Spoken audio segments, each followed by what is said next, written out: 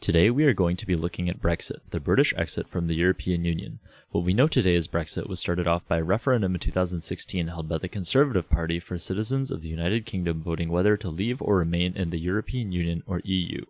But it didn't start there. As a matter of fact, the UK was not even always a part of the European community. In 1963 and 67, the UK applied to join the European Economic Community, but was vetoed by the President of France, Charles de Gaulle, for suspicion of being a Trojan horse for the United States. Once de Gaulle's presidency ended in 1969, the United Kingdom's third application was granted. Then in 1975, a divided Labour government under the leadership of Prime Minister Harold Wilson led a United Kingdom European Communities membership referendum to decide whether or not the renegotiations should occur between the UK and the EC. Ultimately, the referendum failed 2 votes to 1, and the United Kingdom remained in the European Community. Since the 1975 referendum, the EC went through a series of changes to form a pillar of what is now known as the EU in 1993 with the Maastricht Treaty, and later in 2009 with the Lisbon Treaty, which engulfed all 3 pillars into one. So now we have the EU, which establishes an internal single market that guarantees the free movement of goods, capital, services, and labor through all 28 member states. And while we are at it, we also have a new party, the United Kingdom Independence Party, that wants the UK to leave this European single market. UKIP is slowly stealing votes from the Conservative Party, and in an attempt to win back support, the Conservative Party promises a referendum to leave the EU if they win a majority. All this takes us up to the 2015 general election of the United Kingdom, which, thanks to their first-past-the-post single-member district voting system, leads to one of the least proportional victories in history.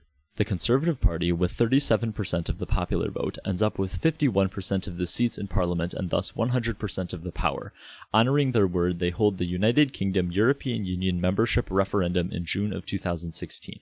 Note that the Conservative Party is neutral on remaining or leaving, and some members of Parliament, like the Prime Minister David Cameron, actually favour remaining in the EU, predicting an economic crisis if the UK are to initiate Brexit. In an incredible voter turnout, the state as a whole votes 52 to 48 to leave the EU. You may be wondering, what about parliamentary sovereignty? Doesn't Parliament have the final say in what happens? When did a directly democratic vote decide the course of action for the United Kingdom? Well, the answer to all those questions is the referendum is not legally bound to anything. As a matter of fact, the Prime Minister can disregard the results and continue with his term.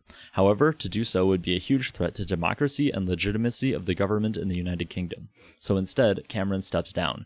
Theresa May steps up, and now she holds the reins of the Brexit train.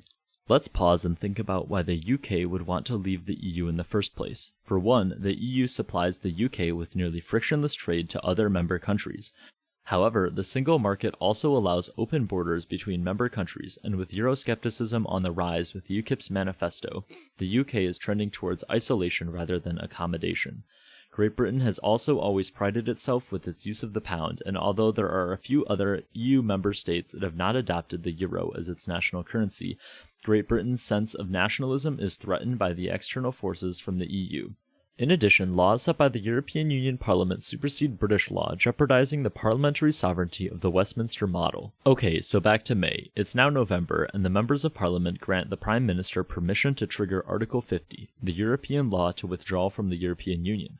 Fast forward another 3.5 months, and the EU leader Donald Tusk receives a nicely worded letter saying that May has triggered Article 50, and the UK are on a course to leave the EU in 2 years.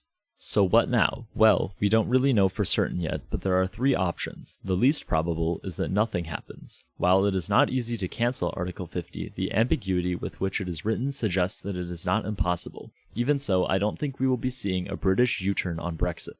That leaves us with 2 more options. The next option is that the UK leaves the EU completely. A so-called no deal would occur if no negotiations were made between the UK and EU in the 2-year window leading up to the official date of March 29, 2019.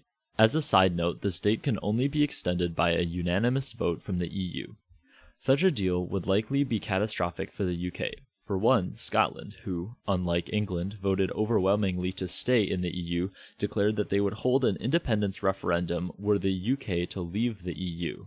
In addition, a no deal would entail that the borders, such as the one between Northern Ireland, currently British, and the Republic of Ireland, currently Irish, be monitored as international. It would also impose a tariff on all exports and imports from EU member states, as the United Kingdom would be no more involved with the European Union than, say, the United States or China, and would have to follow the World Trade Organization's "no country gets any special treatment unless you have a trade deal." As a result, it is likely that an economic crisis would follow. So that leaves option 3, where the UK negotiates like mad with the EU to solve all of the problems stated above. This has already led to some interesting occurrences, such as Theresa May's snap election called for June 8, 2017. She hopes that the Conservative Party can beat out the currently in a lot of disarray Labour Party to win a greater majority in the House of Commons. The timetable also includes the Great Repeal Bill, which will allow the UK Parliament to absorb all of the laws of the EU and thus pick and choose what they wish to keep. Until then, all EU laws still apply to the UK, as does free trade and movement of people between the EU member states and the United Kingdom. We will just have to wait and see what happens next.